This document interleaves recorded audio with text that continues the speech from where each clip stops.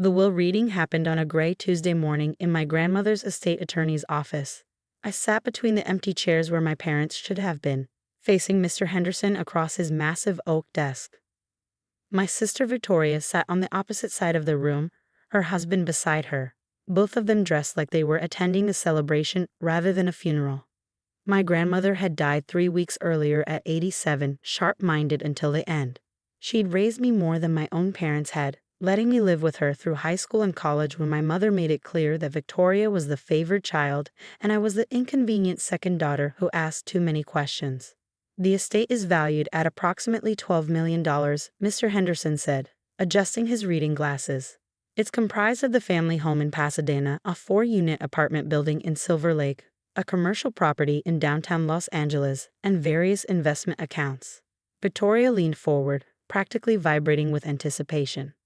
Mrs. Eleanor Morrison has left the entirety of her estate to her granddaughter Rebecca Morrison, with one exception.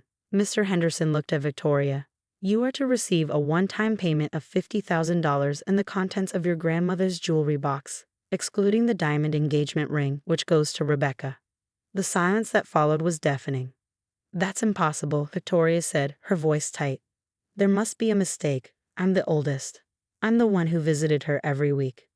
You visited once a month, I said quietly, and usually asked for money. You poisoned her against me, Victoria hissed. You manipulated a sick old woman. Your grandmother was in perfect mental health when she executed this will 18 months ago, Mr. Henderson said firmly. She was evaluated by 2 independent physicians who confirmed her capacity. The will is ironclad. Victoria stood abruptly, her chair scraping against the floor. This isn't over. We'll contest it. We'll prove she was manipulated. You're welcome to try, Mr. Henderson said.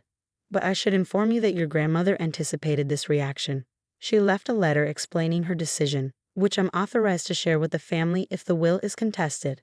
Victoria's face went pale. She grabbed her purse and stormed out, her husband trailing behind her. I sat there feeling numb. $12 million. 4 properties. My grandmother had been wealthy, but I'd never quite grasped the scope of it. Why did she leave it all to me? I asked. Mr. Henderson pulled out a sealed envelope. She asked me to give you this after the reading. I opened it there in his office. My grandmother's handwriting was elegant and precise. Rebecca, you're reading this because you're wondering why I chose you. The answer is simple. You never asked me for anything. You worked 3 jobs to pay for college even though I offered to help. You visited because you wanted to see me, not because you wanted something from me. Your sister has been asking for money since she was 25. I've given her over $200,000 over the years, and she's never once paid back a penny or said thank you. The apartment building includes a 4-bedroom unit where Victoria and her family currently live. I've been charging her half the market rent for 6 years. The lease is in her name, month to month, and expires with my estate. As the new owner, you'll need to decide what to do about that arrangement. I trust your judgment. Love always, Grandma Eleanor. I stared at the letter. Victoria lived in a property I now owned. She'd been paying $1,200 a month for a place that should rent for $2,500, and she had no idea. The next 3 weeks were consumed with estate paperwork, property transfers, and meetings with accountants. I took a leave of absence from my job as a middle school teacher, overwhelmed by the sudden complexity of my life. I still lived in my small apartment in Burbank, still drove my 10-year-old Toyota, and still hadn't quite processed what this inheritance meant. I'd been staying in my grandmother's house, sorting through her belongings, when Victoria showed up unannounced one evening. My mother was with her. We need to talk about the will, Mom said, walking past me into the house like she owned it. I'd barely spoken to my mother since the reading. She'd called once, asking if I planned to share the inheritance with Victoria. When I said the will was clear, she hung up on me. There's nothing to talk about, I said. Grandma made her wishes clear. She was confused, Victoria said. Old people get confused. They forget who's been there for them. She wasn't confused. She was evaluated by doctors. Then you manipulated her, Mom said flatly. You always were sneaky, always playing the victim, making everyone feel sorry for you. I took a breath, choosing my words carefully. I'm not having this conversation. The estate is settled. I'm asking you both to leave. This is still our mother's house, Mom said. You can't kick us out. Actually, it's my house now, and yes, I can.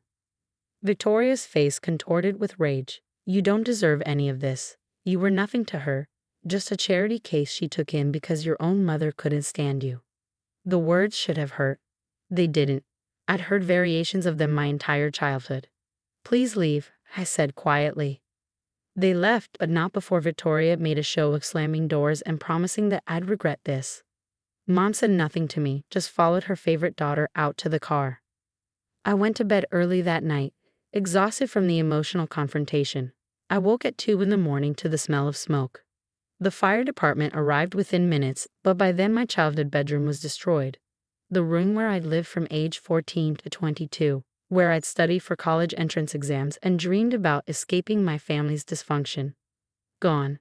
Charred walls, melted belongings, the carpet reduced to toxic ash.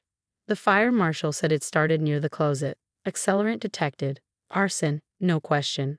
The security cameras my grandmother had installed captured Victoria's car in the driveway at 1:30 in the morning. They captured a figure in dark clothing entering through the back door, and that same figure leaving 12 minutes later. I gave the footage to the police. They brought Victoria in for questioning. She claimed she'd come by to get some of her grandmother's jewelry that was rightfully hers. Said she'd lit a candle to say a prayer and must have forgotten to blow it out. Accident. Terrible accident. The detective showed me the accelerant evidence. Showed me the pour pattern. This was no accident. This was deliberate destruction. Do you want to press charges? She asked. I thought about it. Criminal charges meant trials, media attention, family warfare played out in public. It meant my mother would have to testify, would have to choose between her daughters in open court. She'd choose Victoria. She always chose Victoria. Not yet, I said. Let me think about it. The detective looked disappointed but handed me her card. Call me when you're ready. My mother came by the next day while I was meeting with a restoration company. She surveyed the damage with a careful expression. Accidents happen, she said with a shrug. Old houses, electrical problems. These things can't be predicted. It wasn't an accident, I said. The fire marshal confirmed arson. Victoria was here at 1:30 in the morning. It's on camera. You can't prove anything, Mom said. Victoria wouldn't do something like that. She's your sister. She burned down my room because she's angry about the will. If you weren't so greedy, if you'd shared like family should, none of this would have happened. You brought this on yourself. She left before I could respond. I stood in the ruins of my childhood bedroom and said nothing. Nothing to my mother, nothing to Victoria when she called later with a fake apology, nothing to the extended family members who started calling, asking questions, taking sides. I just made notes, documented everything. And I called my new attorney, a sharp woman named Patricia who specialized in estate and property law. I need to understand my rights regarding the apartment building, I said. Specifically the unit my sister occupies. Patricia reviewed the lease agreement. It's month to month, currently at $1,200 per month. Market rate for this unit would be $2,400 to $2,600 a month. You have the right to raise the rent to market rate with 30 days written notice. Or you can choose not to renew the lease with 60 days notice. What would you recommend? That depends on whether you want to maintain a relationship with your sister. I thought about my burned bedroom, about my mother shrugging off arson as an accident, about Victoria's entitled rage that I'd received what our grandmother chose to leave me. I want her out, I said. Legally, properly, but out. Patricia drafted the notice. 60 days to vacate, delivered by certified mail, and a process server to ensure proper legal notice. The lease would not be renewed. The property was being reclaimed by the owner for personal use. Victoria's call came 30 minutes after she received the notice. You can't do this, she screamed. Where are we supposed to go? We have 3 kids. You can't make your nieces and nephews homeless. You have 60 days to find new housing, I said calmly. That's more than the legal requirement. This is because of the fire, isn't it? I told you that was an accident. This is because the lease is month to month and I'm choosing not to renew it. That's my right as the property owner. Family first, she said, her voice breaking with what might have been real tears or excellent acting. That's what Grandma always said. Family takes care of family. You're right, I said. Grandma did always say that. She took care of me when Mom made it clear I wasn't wanted. She left me her estate because I never treated her like a bank account. And now I'm taking care of her property the way she would have wanted. By not letting someone who committed arson against me live in it rent-free. I didn't commit arson. That's a lie. I have security camera footage, Victoria. I have the fire marshal's report. I chose not to press criminal charges, but that doesn't mean I'm going to let you keep living in my property at below market rent. Mom said you'd do this. She said you'd use the money to hurt us. I'm not hurting you. I'm enforcing the legal lease termination. You have 60 days. I suggest you use them to find a new place. She hung up. Mom called 10 minutes later. You're destroying this family, she said without preamble. Victoria destroyed my bedroom. You called it an accident. So you're going to make her homeless? Make your own nieces homeless? I'm giving her 60 days notice. She can find another apartment. She has a job. Her husband has a job. They can afford market rate rent somewhere else. She's been living there for 6 years. You can't just throw her out. Actually, as the property owner, I can. The lease is month to month. I'm not renewing it. That's completely legal. This is about money, Mom said. You got all of it, and now you want to make Victoria suffer. This is about Victoria burning down my room, and you pretending it was an accident. This is about 28 years of being the daughter you didn't want while Victoria got everything she asked for. This is about Grandma seeing all of that and making a choice about who deserved her legacy. You've changed, Mom said. Money changed you. No, I said. I just stopped accepting being treated like I don't matter. The 60 days passed slowly. Victoria tried everything. She showed up at the house crying. She brought the kids to try to guilt me. She had Mom call repeatedly. She posted on social media about cruel family members who valued money over blood. She even showed up at my school, causing a scene in the parking lot that required security intervention. Patricia filed for a restraining order after that incident. It was granted. On day 58, Victoria still hadn't moved. Patricia filed for formal eviction proceedings. The court date was set for 2 weeks later. Victoria moved out on day 60, 3 hours before the sheriff was scheduled to enforce the eviction. She took everything, including appliances that were supposed to stay with the unit. She left the apartment trashed, holes in the walls, carpet stained beyond repair, bathroom fixtures broken. The security deposit was $4,000. The repairs cost $11,000. Patricia sent Victoria a demand letter for the difference. Victoria's response came through her own attorney, threatening to countersue for wrongful eviction and emotional distress. It went nowhere. The eviction was legal. The documentation was thorough. The judge dismissed her counterclaim in 10 minutes. I had the apartment repaired and rented it to a young family for $2,500 a month. They were thrilled with the space and the location. They even sent me thank you cards for fixing everything so nicely. My mother sent me a text message 6 months later. Victoria's family is struggling. They're in a 1-bedroom apartment. The kids are sharing rooms. This is your fault. I didn't respond. My grandmother's estate lawyer called the year after her death. I wanted to let you know that the will has been officially settled. There were no successful challenges. The estate is entirely yours, free and clear. Thank you, I said. Your grandmother would be proud of how you've handled everything. She knew it wouldn't be easy. She prepared me for it, I said. In a lot of ways, she prepared me for it my whole life. I still live in my grandmother's house. I had my bedroom professionally restored, better than it was before the fire. I hired a property manager for the apartment building and the commercial property. I kept my teaching job because I love it, though I no longer worry about making rent or affording groceries. I haven't spoken to Victoria in 2 years. Mom calls occasionally, usually when Victoria needs something and Mom thinks I might be guilted into helping. I don't answer. Some people say I should forgive. That family is family. That grudges hurt everyone. But I didn't create this situation. I didn't burn down anyone's room. I didn't spend 28 years treating a family member like they were worthless. I just stopped accepting that treatment. And I stopped subsidizing the person who tried to burn down my home because she was angry I inherited what our grandmother chose to leave me. My grandmother left me more than money and property. She left me the example of someone who saw clearly, chose deliberately, and didn't apologize for protecting what she built. I'm just following her lead. Hi everyone, I'm Alina, a 40-year-old social worker with a passion for helping troubled youth. I've been happily married to James for 15 years. And while we've built a good life together, there's always been a void. We couldn't have children of our own. It was painful, but after years of reflection, we decided to adopt. That's when Mia entered our lives, a 14-year-old girl with a tough history in foster care. James, are we really ready for this? I remember asking him the night before Mia moved in. He squeezed my hand and said, "We've got this, Elena. We'll give her the family she deserves." The first few months were anything but easy. Mia was distant, slamming doors and giving us the silent treatment, but I refused to give up. One day, I knocked on her door and asked, "Hey, Mia, want to go shopping?" She looked at me like I was crazy. "Why?" "So you can pretend to be my mom." "Nope," I replied, "so I can see your style in action, maybe even steal some tips." That got a small smile out of her. It was progress, a tiny step forward. Slowly, I thought we were becoming a real family, but James was spending more and more time at work. Another late night?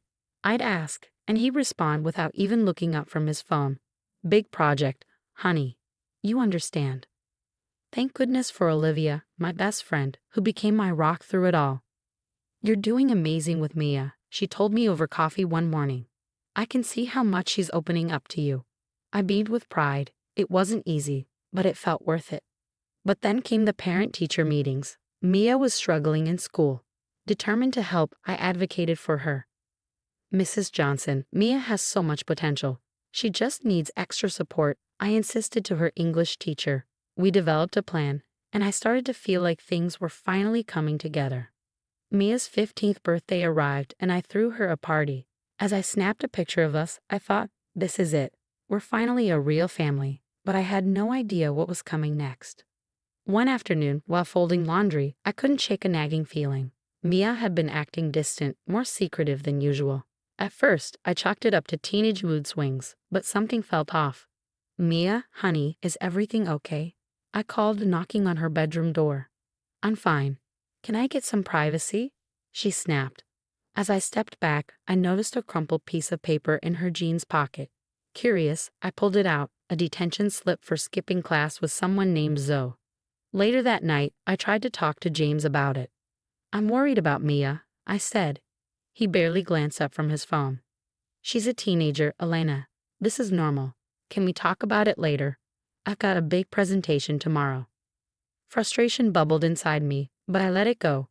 The next day, I confronted Mia about the detention. "Big mistake. You went through my stuff. What's wrong with you?" she screamed. "I'm just trying to help," I said, keeping my voice calm. "I don't need your help.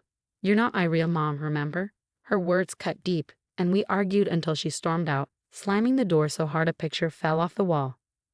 Little did I know, that fight was just the calm before the storm. The next morning, I got a call from Mia's school. My heart sank as I listened to the principal's voice. "Mrs. Harrison, we need you to come in immediately. There's been an accusation."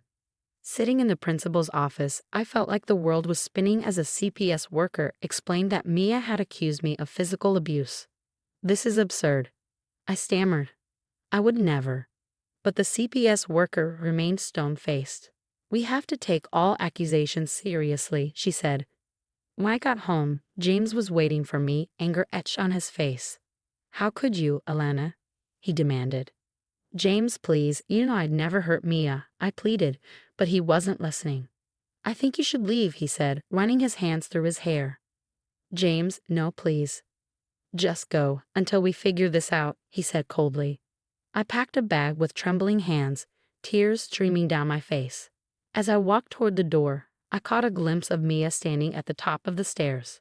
For a brief moment, I thought I saw regret in her eyes, but it quickly vanished, replaced by a cold, unfeeling stare.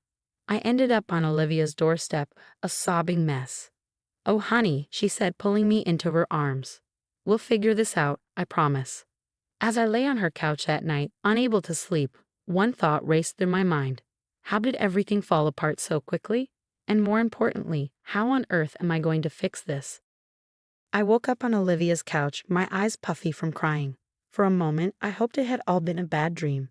But the ache in my chest told me otherwise. This was my new reality, and I had no choice but to face it head on.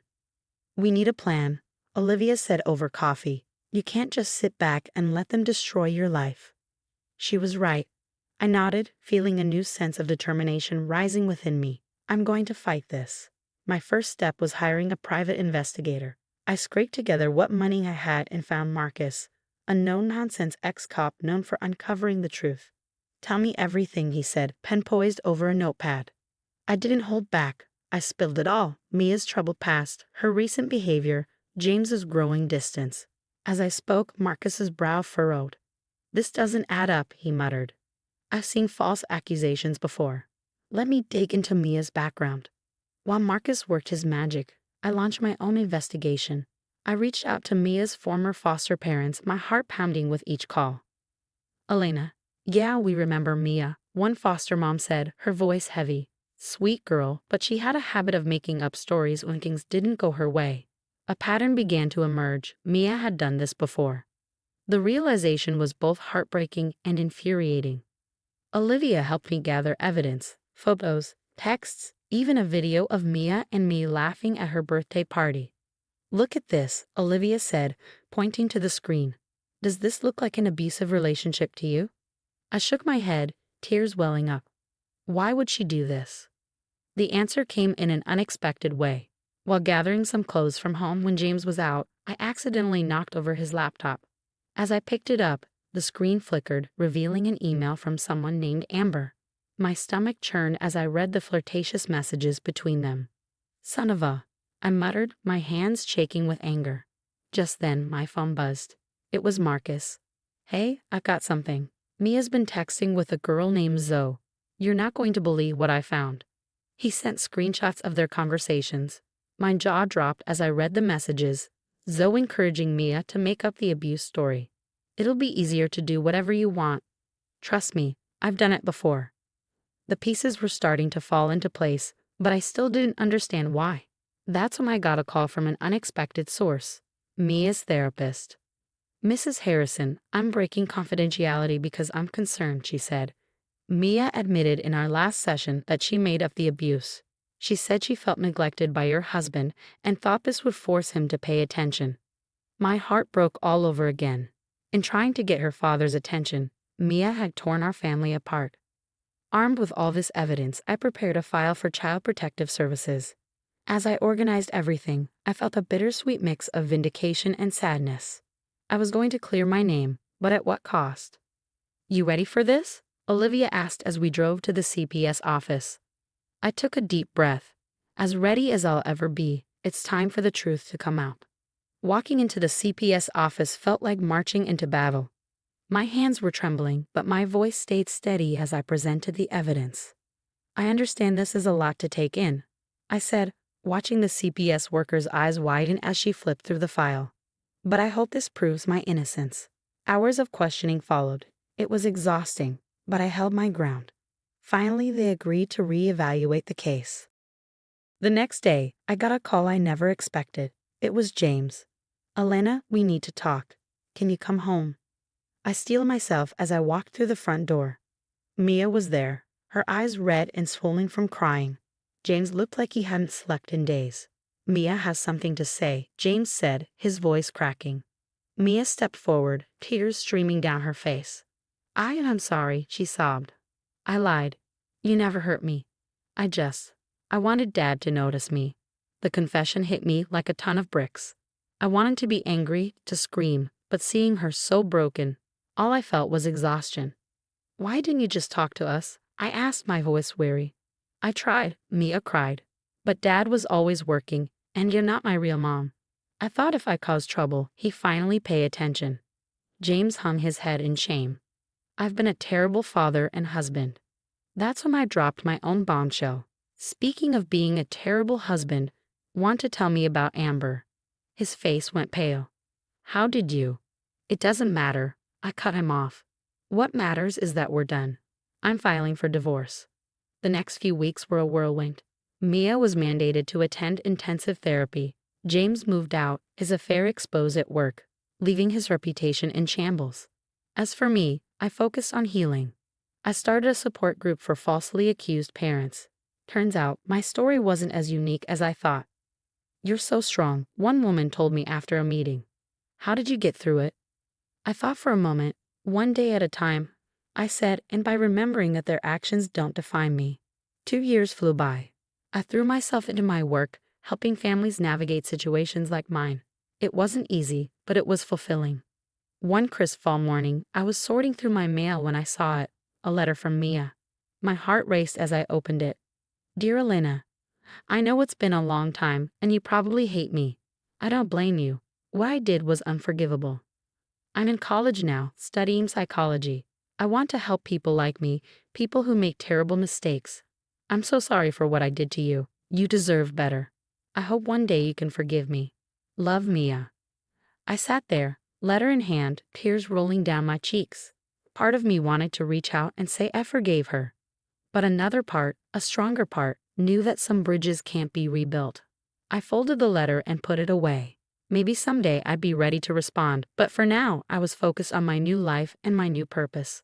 I had survived the worst betrayal imaginable and come out stronger on the other side. As I headed out to my support group meeting, I smiled to myself. Life had thrown me one hell of a curveball, but I hit it out of the park. And you know what? I was just getting started. Now, as this story comes to an end, I have a question for you. If you were in my shoes, would you forgive Mia for her false accusation? Or do you believe some betrayals are too severe to ever truly forgive? This is a tough one, isn't it? There's no easy answer. Share your thoughts in the comments below. My name is Alina Thompson. I'm a 35-year-old marketing executive and a single mom to my incredible 10-year-old son, Ethan.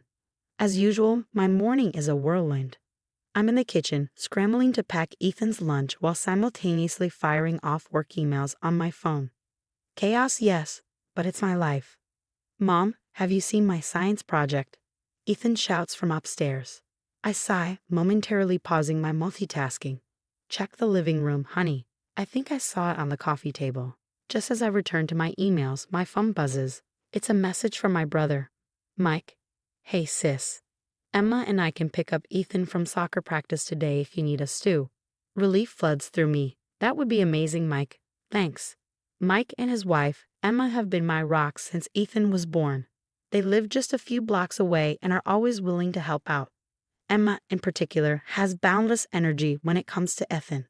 Later that evening, I'm in the kitchen preparing dinner when Emma brings Ethan home.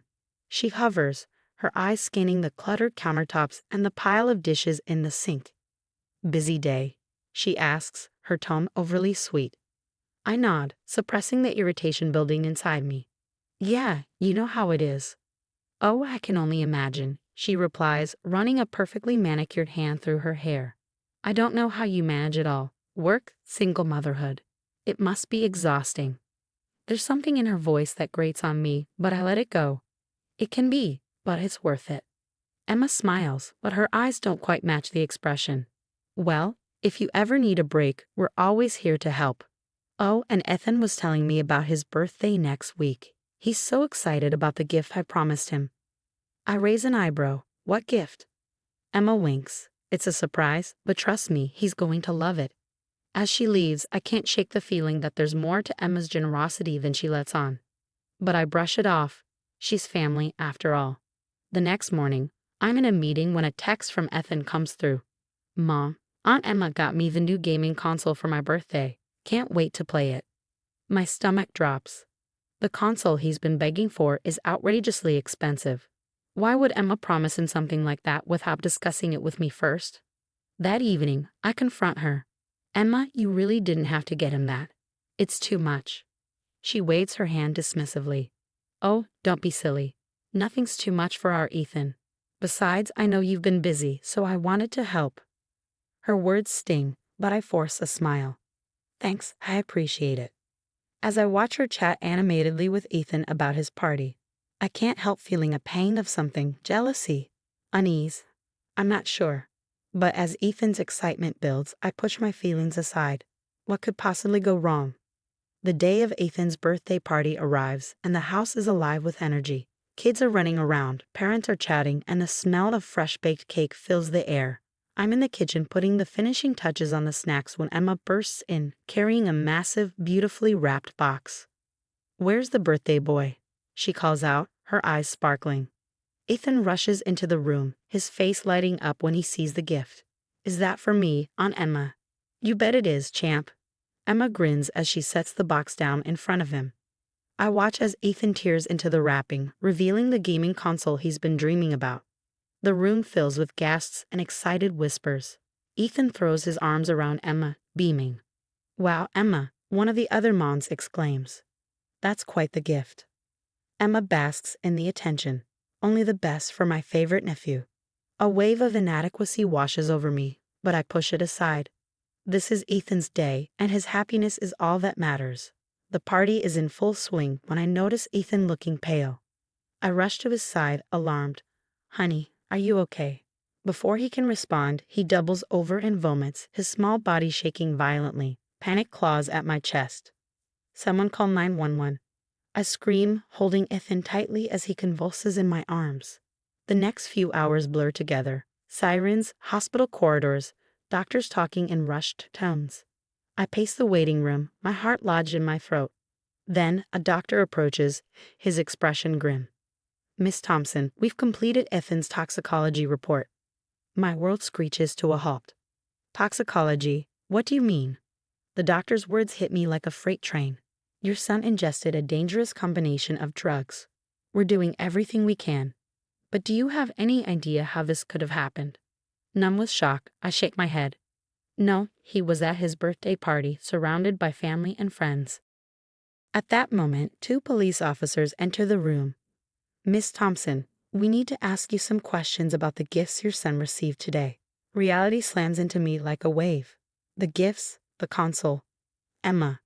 The days blur into one long nightmare as I keep vigil by Ethan's bedside. The steady beep of monitors and the soft hiss of oxygen filling the silence. Mike visits, his face etched with worry. "Alina, the police want to search our house," he says quietly. "They think the drugs may have been hidden in one of Ethan's gifts." I nodded numbly, barely processing Mike's words. All I could focus on was Ethan's pale face, so small against the stark white hospital pillows. One night, as I sat by his bedside, holding his hand, a detective entered the room. "Miss Thompson, we need to talk about your sister-in-law, Emma. We have some questions about her involvement in this incident." In that moment, something inside me hardened. If Emma was responsible for this, if she had hurt my son, there would be hell to pay, and I would make sure of it. As Ethan slowly recovered, the gnawing suspicion about Emma only grew. Her visits to the hospital were oddly timed, always when Mike wasn't around. One day, I overheard her on the phone just outside Ethan's room. "No, it didn't work. I know. We'll figure something out," she hissed before abruptly ending the call when she noticed me. "Who was that?" I asked, my voice icy. "Oh, just work stuff." Emma laughed nervously, quickly changing the subject. "How's our little fighter doing today?" I narrowed my eyes. "Our little fighter? He's my son, Emma." Later that evening, I confided in Mike about my suspicions. His reaction floored me. "Are you serious, Alina? Emma, she loves Ethan. How could you even think that?" "Mike, something's not right. The way she's been acting." He cut me off. "Stop it. You're stressed and looking for someone to blame. Emma would never hurt Ethan." Frustrated and feeling completely alone, I turned to my coworker, Jason, over coffee. "I need your help," I confessed. "I think Emma might be behind what happened to Ethan, but I can't prove it." Jason's eyes widened. "That's a serious accusation. What do you need? Can you dig into her background? There's got to be something we're missing."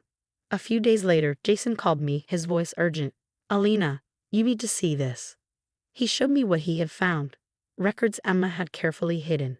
Past drug charges, petty theft, even a stint in rehab. My blood ran cold. "Mike needs to see this," I said, but when I showed him, he exploded. "You had no right. This is ancient history. Emma's changed." Our relationship fractured at that moment, but I wasn't done. Desperate for answers, I took matters into my own hands. I installed hidden cameras in the house, the invasion of privacy making my skin crawl. But I was determined to uncover the truth. It didn't take long. The next time Emma came over to help out, I watched in horror as she rifled through Ethan's medication, slipping something into the bottles. Rage surged through me. I confronted her immediately. "I saw what you did, Emma. It's over." Her face twisted in panic. "You don't understand.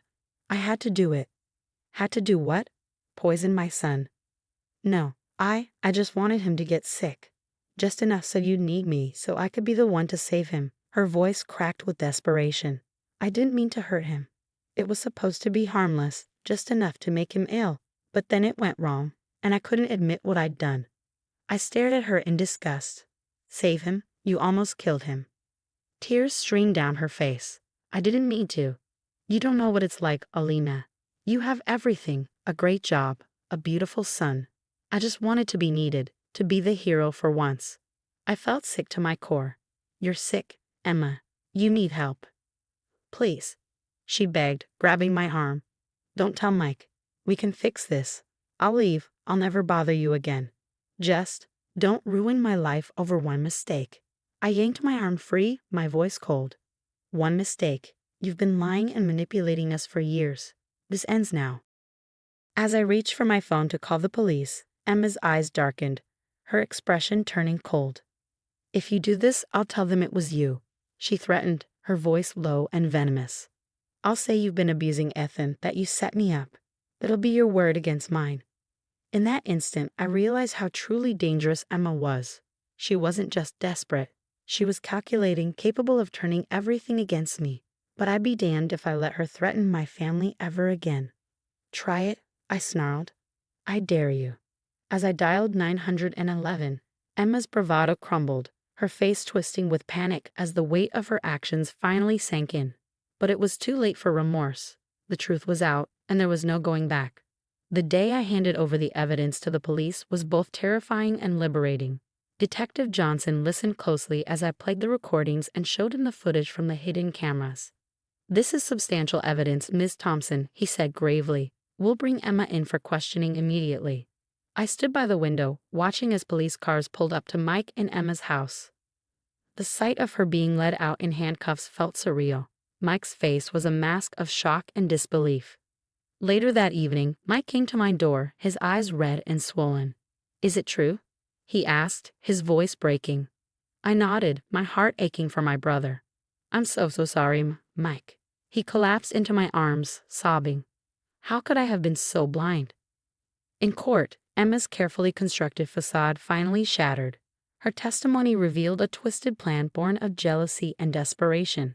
She confessed to tampering with Ethan's medication, admitting that she had intended to frame me for neglect. I just wanted to be the hero, she sobbed on the stand. I wanted Alina to fail so I could swoop in and save the day. The jury's verdict was swift, guilty on all counts. As the judge sentenced Emma to 15 years in prison, I felt a weight lift from my shoulders. It was over. 2 years later, life has settled into a new rhythm. Ethan, now 12, is thriving in school and shows no lasting effects from what he went through. I've poured myself into my work, earning a promotion to vice president of marketing. Mike and I have slowly started to rebuild our relationship. It hasn't been easy, but we're getting there. He's in therapy, working through the trauma of Emma's betrayal. I don't know if I'll ever be able to trust again, he confided in me during a recent visit. But I'm trying, for you and for Ethan. We've heard through the grapevine that Emma isn't faring well in prison. She's fallen back into old habits, isolated and struggling with addiction again. Part of me feels a twisted sense of satisfaction, but mostly, I just feel pity. As for me, I've learned valuable lessons about trust and the importance of real family. Ethan and I have grown closer than ever, our bond stronger for having weathered the storm together. Mom, Ethan said to me the other day, I'm glad it's just us now. You're all the family I need. His words brought tears to my eyes. We've been through hell, but we've come out the other side stronger. That night, as I tucked him into bed, I realized that sometimes the family you choose is more important than the one you're born into. Sitting here now, watching Ethan play in the backyard, I feel a sense of peace I haven't known in years. The echoes of our past still linger, but they no longer define us. We're moving forward, one day at a time, building the life we deserve. And that's a gift more precious than anything I could have imagined. If you were in my position, do you think you could ever forgive Emma for what she did? Or do you believe that some actions are truly unforgivable, even when they come from family? Hey, I'm Megan Evans. Growing up in Chicago wasn't easy, especially in our crumbling apartment on the south side. The walls were so thin you could hear everything, and the stench of mold seemed like it was a permanent resident. But the worst part, it wasn't the apartment, it was watching my parents slip further into their drug addictions every single day. "Meg, I'm hungry," my little brother Tyler would whisper, his big brown eyes wide with hope. "I know, Ty. Let's see what we can find," I'd answer, rummaging through nearly bare cupboards. At just 12 years old, I was more of a mom to Tyler than our own mother ever was. Our parents, well, they were like ghosts. They floated in and out of consciousness, leaving us to fend for ourselves. "Where's Mom and Dad?" Tyler asked one night, clutching his worn-out stuffed bear. "They're just resting, Ty. Don't worry, I'm here." The knocks on the door became routine. Child Protective Services would show up, always with their serious expressions and clipboards. "Megan, honey, are your parents home?" They'd ask. "They're at work," I'd lie, shielding Tyler behind me. Our grandparents, Robert and Linda Evans, lived in a fancy house in the suburbs. They'd visit maybe once a year, with disapproving looks and hushed arguments. "Robert, we can't just leave them like this," I overheard Grandma say once. "It's not our responsibility, Linda. They made their choices," Grandpa replied coldly. Then came the night that changed everything. Flashing lights, shouting, and the sight of our parents being led away in handcuffs. Tyler clung to me, sobbing. "It's okay, Ty. I've got you, I promised, even though fear gripped my heart." The next day, a social worker sat us down. "Megan, Tyler, we're going to take you somewhere safe. Together, right?" I asked, hoping for the best. The hesitation in the social worker's voice told me everything. "Your grandparents have agreed to take Tyler," she said softly. "What about Megan?" Tyler's voice trembled. "I'm sorry, sweetie. They feel they're too old to care for both of you." It felt like a punch to the gut. "But I take care of Tyler. He needs me," I cried. "I'm so sorry, Megan. We'll find you a good foster home." As we stood outside the CPS office, I hugged Tyler tightly. "Be good for Grandma and Grandpa, okay? I'll see you soon, promise," he whimpered. "Promise." I watched as he climbed into our grandparents' car, while I was led to a separate vehicle. The hardest thing I've ever done was pressing my hand against the window as our cars drove away in opposite directions. I silently vowed to find my way back to my little brother, no matter what it took. Life has a funny way of coming full circle. Now, at 28, I'm working as a social worker in the same system that shuffled me around like a deck of cards. Ironic, right? But at least I can use my broken childhood to help other kids. "Megan, got a sec?" My colleague Sarah poked her head into my cubicle. "Sure, what's up?"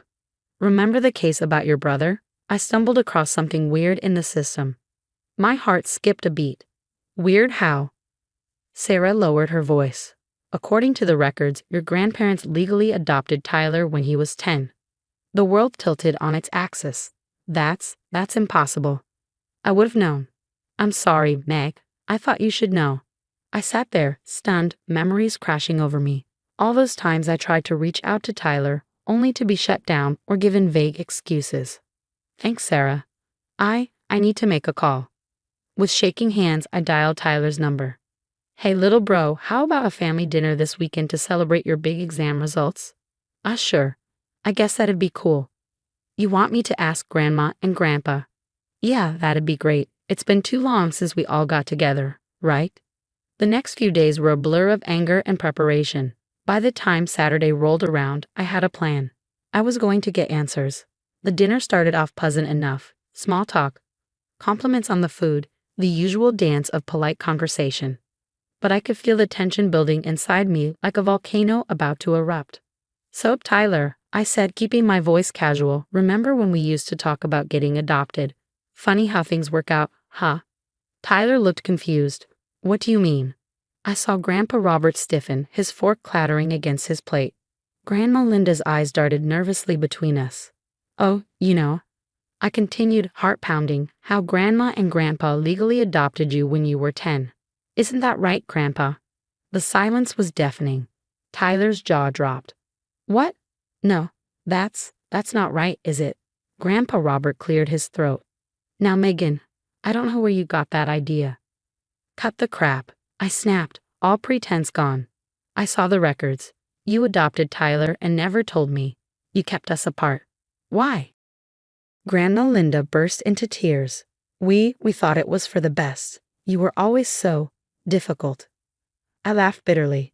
I was a child who lost everything, and you abandoned me. Tyler looked shell-shocked. They told me you chose to stay in foster care, that you didn't want to live with us. And you believed them? Did you ever try to contact me yourself? The guilt on his face was answer enough. Grandpa Robert tried to take control of the situation. Now listen here, young lady. No, you listen. I cut him off, my voice sharp. I want answers. Why did you leave me in the system? Why did you lie to Tyler? Why did you keep us apart all these years? The floodgates opened. Years of lies and manipulation spilled out. How they thought I was a bad influence on Tyler. How they worried I'd be too much trouble. How they convinced themselves that cutting me out was best for everyone. We did what we thought was right, Grandpa Robert insisted. Right for who? I demanded, my voice rising. Certainly not for me, and not for Tyler either. You robbed us of our relationship, of our chance to be a family. Tyler, who had been silent until now, finally spoke up. I can't believe this. All these years I thought Megan didn't want me. I always wanted you, Ty. You were all I had left. The dinner dissolved into chaos. Grandma Linda sobbing, Grandpa Robert red-faced and defensive, and Tyler caught in the middle looking lost. As I drove home that night, emotions raged inside me. Anger, betrayal, grief, but also, strangely, a sense of relief. The truth was finally out. Now it was time to figure out what to do with it. After that disastrous dinner, I couldn't just let things lie. I needed the whole truth, no matter how ugly. So I did what I do best. I dug deep. Alicia, I need your help, I said to my best friend and fellow social worker one day at lunch. What's up, Meg? You look like you've seen a ghost. More like I've uncovered a graveyard of family secrets. Can you help me access some records? For weeks, we combed through financial documents, old emails, anything we could get our hands on. And what we found made my blood boil. Holy Meg. Alicia whispered one night as we pored over some bank statements. Look at this. Your grandparents had over $200,000 in a savings account when they refused to take you in. What? They told CPS they couldn't afford to care for both of us. But that was just the beginning. We discovered they had been receiving foster care benefits for Tyler before they adopted him. Money that was supposed to go toward his care, but instead funded vacations and a new car. I can't believe this, I muttered, scrolling through old emails. Look at how they talked about me to Tyler.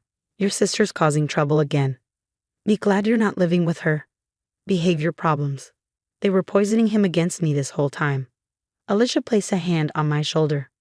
Meg, there's something else you need to see. She pulled up company records from my grandfather's old firm. The numbers didn't add up. He's been embezzling, Alicia said quietly. For years, some of it went to Tyler's college fund. I felt sick. Not only had they abandoned me, but they were criminals too. Just then, my phone buzzed. A text from Tyler. Can we talk? I need to know the truth. We met the next day at a small coffee shop. Tyler looked like he hadn't slept in days. Meg, I'm so sorry, he began. I should have questioned things more. I should have reached out. It's not your fault, Ty. They manipulated both of us. Tell me everything, he said, his voice shaking. I need to know what really happened. So I told him. I told him about the lies, the money, everything we had uncovered. His face grew paler with each revelation. I can't believe it, he whispered. My whole life, it's been built on lies. Not your whole life, Ty. We're still here. We can still be a family. As we talked, I felt a weight lifting. For the first time in years, I had my brother back. But I also had a decision to make. What was I going to do with all this information? That night, I tossed and turned, weighing my options. Could I really turn in my own grandparents? But then I thought about all the kids still stuck in the system. Kids like me who needed someone to fight for them. By morning, I knew what I had to do. It was time for the truth to come out, no matter the cost. Making that anonymous tip was the hardest thing I've ever done. But watching the fallout, that was a close second. It started with whispers around town, followed by the news reports. Local businessmen arrested for embezzlement. I saw Grandpa Robert's face plastered across the TV screen, looking older and smaller than I remembered. Tyler called me in a panic. Meg, what's going on? The FBI was at Grandma and Grandpa's house. I know, Ty. I'm the one who tipped them off. There was a long silence, and then good. They deserve it. Through it all, Tyler stood by me. We met up almost every day, piecing together our fractured relationship. "I can't believe I never knew about your foster homes," he said one day. "All those times I complained about curfews. Hey, you didn't know. What matters is we're here now." As the dust settled, I threw myself into my work.